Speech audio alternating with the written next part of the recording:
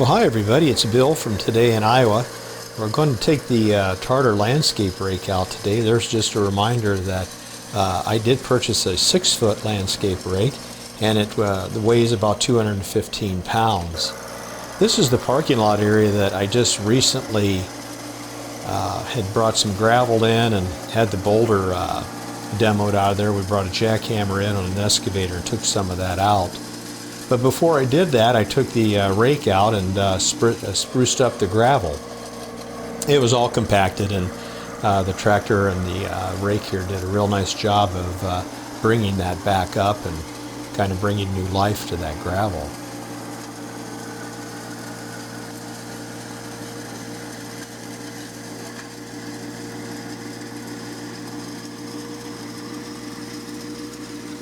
I saved this video in my file under Rakes and Snakes. Now you may ask yourself, what's that have to do with it? But I have a lot of limestone rock here and a lot of bluffs and rock outcrops.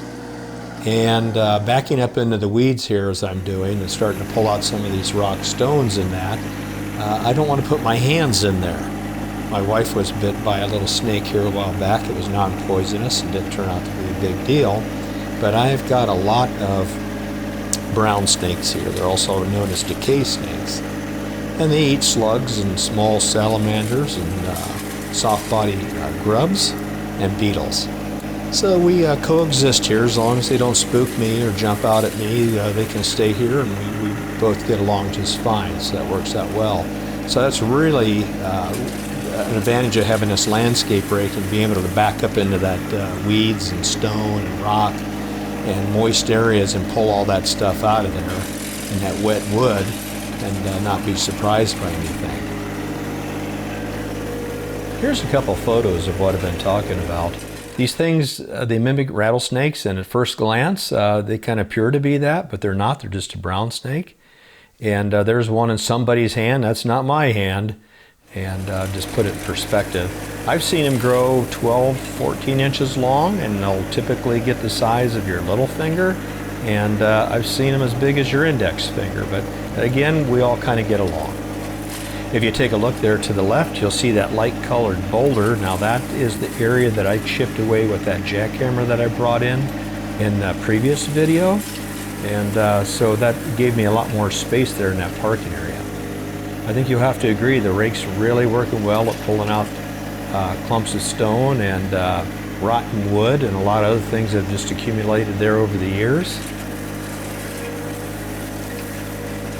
And pulling out a lot of gravel that I really didn't know I had.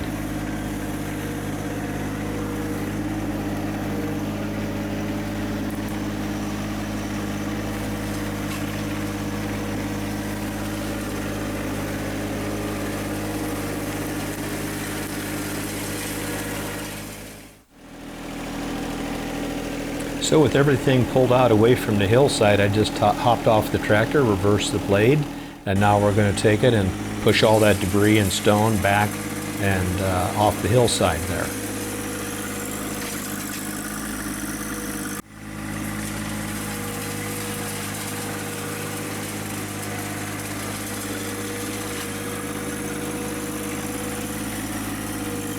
I don't use it every day, but boy, it sure is handy when you want to go out and spruce up the driveway or the parking lots or reach into some weeds.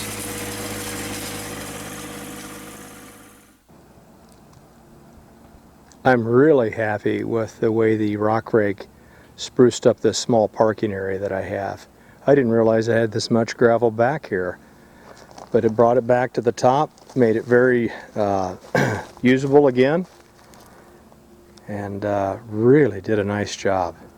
Couldn't be happier. Well, thanks for subscribing, everybody. I really appreciate it. I'll have another video out soon. Be kind to each other, and we'll talk to you soon. So long.